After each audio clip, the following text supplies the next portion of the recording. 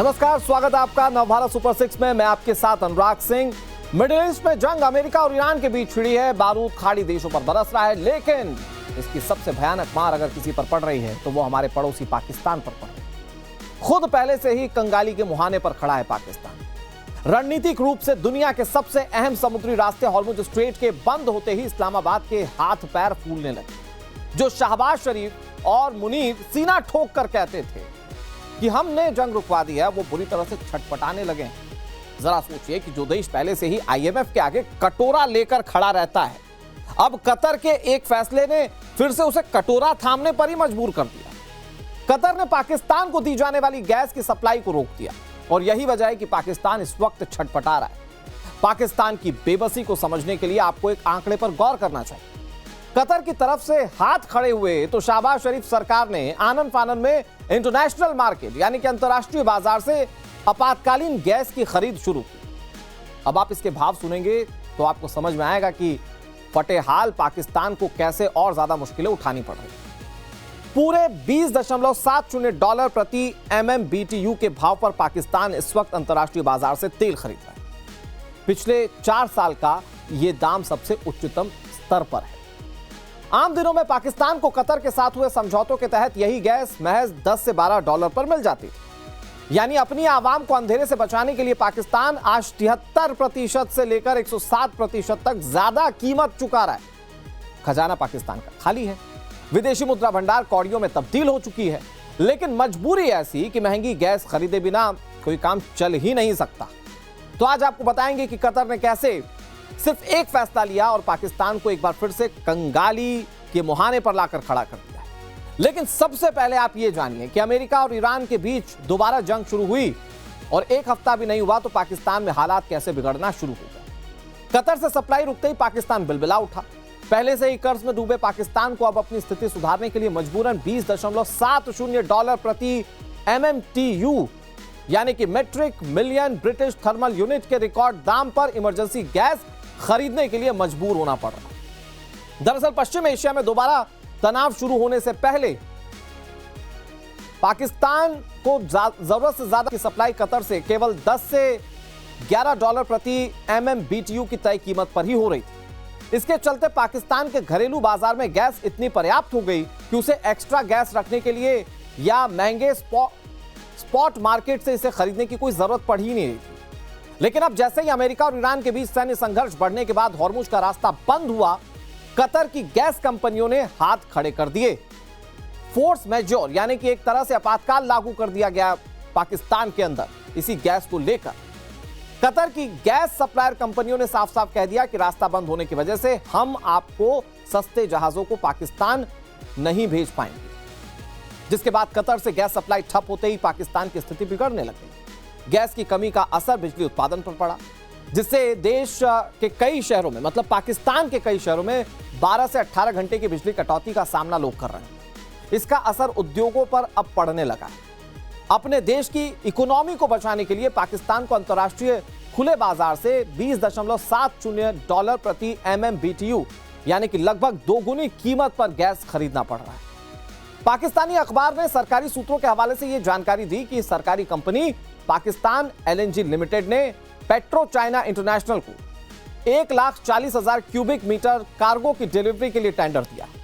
इसकी कीमत करीबन $21 प्रति MMBTU तय की गई। कार्गो हासिल करने के लिए पाकिस्तान ने BP सिंगापुर की लगाई बोली $21.37 प्रति MMBTU के मुकाबले ज्यादा बोली लगाई। यह साल 2022 के बाद पाकिस्तान की ओर से NG कार्गो के लिए चुकाई गई सबसे ज्यादा कीमत है, जो देश के विदेशी मुद्रा भंडार के लिए गहरा संकट पैदा कर रही है। दरअसल कतर पाकिस्तान के लिए LNG का एक बड़ा सप्लायर है और उसका हॉर्मुज एकमात्र समुद्री निर्यात मार्ग है। और कतर के हाथ खड़े कर देने के बाद पाकिस्तान के लिए अब कंगाली में आटा गीला वाली सिचुएशन है। वहां लोगों के लिए 2 वक्त की रोटी नहीं है, इतनी कंगाली है। और सोचिए कि जो गैस इंपोर्ट की जा रही है पाकिस्तान के अंदर, वो तकरीबन दोगुनी से ज्यादा कीमत पर मिल रहा है। अब आज के वक्त में पाकिस्तान के हालात किसी से छिपे तो नहीं है। इस वक्त पाकिस्तान बदहाली के उस बवंडर का सामना कर रहा है जिसमें एक छोटी सी चिंगारी पूरे पाकिस्तान को तबाह कर सकती है, उसके टुकड़े टुकड़े कर सकती है।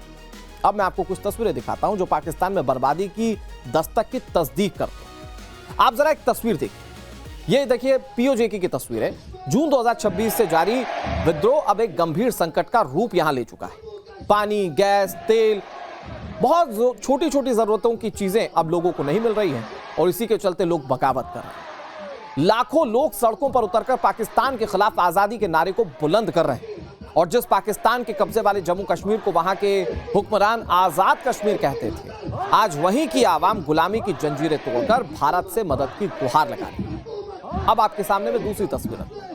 हजारों प्रदर्शनकारी कैसे मुजफ्फराबाद की ओर अपना मार्च शुरू कर चुके हैं, ये आपके सामने तस्वीर। मांग वही है, बिजली, गैस, पानी, मूलभूत सुविधाएं। और इन मूलभूत सुविधाओं के पूरे ना होने पर हालात किस कदर बिगड़ चुके हैं वो आप इस तस्वीर में देखिए।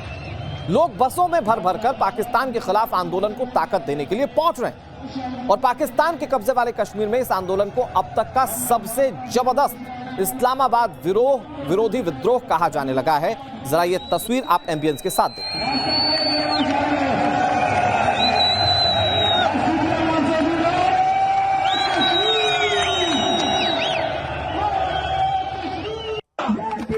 अब आपके सामने तीसरी तस्वीर। रात के वक्त पाकिस्तान की बर्बादी का नया चैप्टर पीओजेके की आवाम के हाथों लिखा जा रहा है। मुनीर की हैवान फोर्स के तमाम जुल्मों सितम और कत्लेआम के बावजूद लोग अपनी बुनियादी जरूरतों के लिए आर पार की लड़ाई लड़ने को तैयार हैं। दिन में स्पीकर, बैनर और संगठित नारों के साथ बड़ी बड़ी रैलियां निकालकर लोग बुनियादी चीजों के लिए, बुनियादी अधिकारों के लिए, आर्थिक राहत और दमन को खत्म करने के लिए मांग कर रहे हैं। ये दिन की कहानी।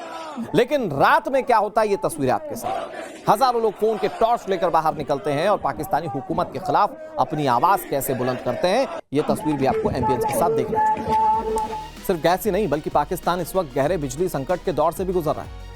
अपनी सरजमी पर आतंकियों को पनाह देने वाला पाकिस्तान एक ऐसे भयानक अंधकार में डूब चुका है जिसने वहां की अर्थव्यवस्था की कमर तोड़ दी। दाने दाने को मोहताज पाकिस्तान में अब बिजली का महासंकट है।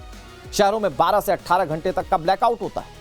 उद्योग धंधे पूरी तरह से ठप हो गए और उद्योग धंधे ठप हुए तो लोगों की रोजी रोटी पर भी संकट है। सवाल है कि पाकिस्तान अचानक इस कंगाली की कगार पर कैसे पहुंचा। वैसे अचानक नहीं पहुंचा, लेकिन यह अचानक स्थिति और ज्यादा भयावह हो गई। यह कैसे हुआ तो मैं आपको इसके कुछ कारण बताता हूं। दरअसल मिडिल ईस्ट का तनाव वर्तमान में पाकिस्तान के बिजली संकट की इससे बड़ी और सीधी वजह बन चुका है।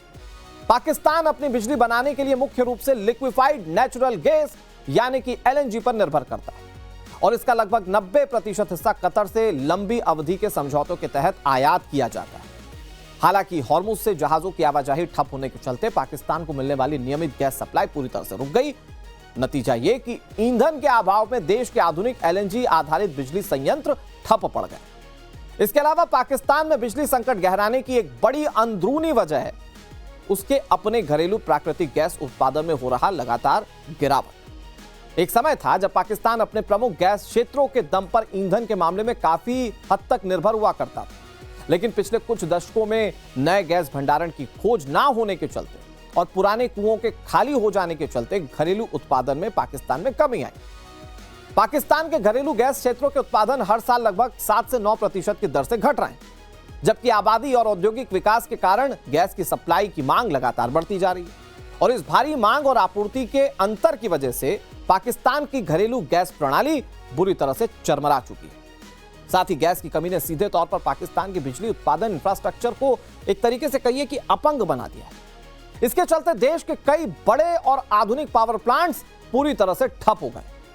पाकिस्तान ने पिछले कुछ सालों में आयातित एलएनजी पर चलने वाले हजारों मेगावाट क्षमता के पावर प्लांट्स भी लगाए थे, लेकिन ईंधन ना मिलने के चलते अरबों डॉलर के प्रोजेक्ट्स अब पाकिस्तान में कबाड़ के रूप में गिने जा रहे हैं। स्थिति की गंभीरता का अंदाजा इस बात से लगाइए कि देश के लगभग 6000 मेगावाट क्षमता वाले मुख्य एलएनजी बिजली संयंत्र या तो पूरी तरह से बंद हैं और या तो ईंधन की भारी किल्लत से अपनी क्षमता के महज 5 से 10% हिस्से पर ही वे चल पा रहे हैं। पाकिस्तान के ऊर्जा संकट को और ज्यादा भयावह बनाने में हाइड्रो पावर उत्पादन में आई भारी गिरावट ने आग में घी का काम किया है। पाकिस्तान आमतौर पर बिजली की मांग को पूरा करने के लिए अपने तरबेला और मंगला जैसे बड़े बांधों से पैदा होने वाली बिजली पर निर्भर होता है, लेकिन इस वक्त पाकिस्तान के प्रमुख बांधों में पानी का स्तर भी अपने न्यूनतम स्तर पर है। इसके अलावा इंडस रिवर सिस्टम अथॉरिटी की ओर से बिजली बनाने के बजाय प्रांतों की सिंचाई और कृषि संबंधित जरूरतों को प्राथमिकता देने के चलते बांधों से पानी की निकासी बेहद सीमित हो गई। और इसी दोहरी मार का नतीजा ये कि पाकिस्तान का बिजली उत्पादन अपनी कुल स्थापित क्षमता से काफी ज्यादा ड्रॉप डाउन हो चुका है, यानी कि अपने निम्न स्तर पर आ चुका है।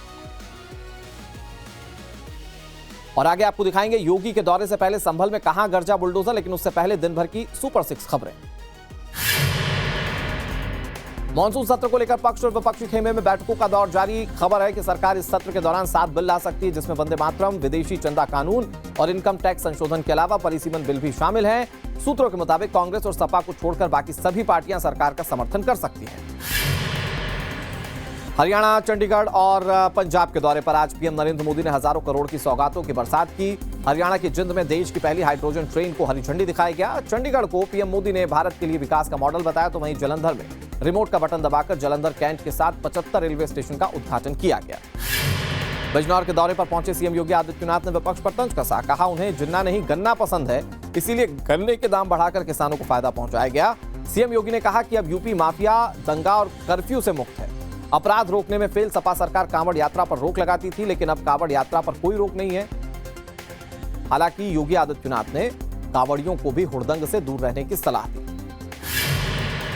राम मंदिर चढ़ावा चोरी मामले में एसआईटी जांच की रिपोर्ट सीधे सुप्रीम कोर्ट को सौंपी जाएगी। सूत्रों के मुताबिक एसआईटी ने अपनी अंतिम रिपोर्ट तैयार करने के लिए राज्य सरकार से अभी और वक्त मांगा है। सोमवार को एसआईटी अपनी अंतरिम रिपोर्ट सुप्रीम कोर्ट में दे सकती है। इधर अयोध्या पुलिस को आरोपी टिन्नू यादव और मनीष यादव की 39 घंटे की रिमांड मिली है। कोलकाता एयरपोर्ट परिसर में स्थित मस्जिद में नमाज पर रोक लगा दी गई। जुमे की नमाज पढ़ने की इजाजत नहीं मिलने से माहौल गर्मा गया। बंगाल जमीयत उलेमाए हिंद के अध्यक्ष सिद्दीकुल्लाह चौधरी और बाकी लोगों ने बांकरा की दूसरी मस्जिद में नमाज पढ़ी। सिद्दीकुल्लाह चौधरी ने इसे भारत के लिए काला दिन बताया, साथ ही काली पट्टी बांधकर नमाज अदा की गई।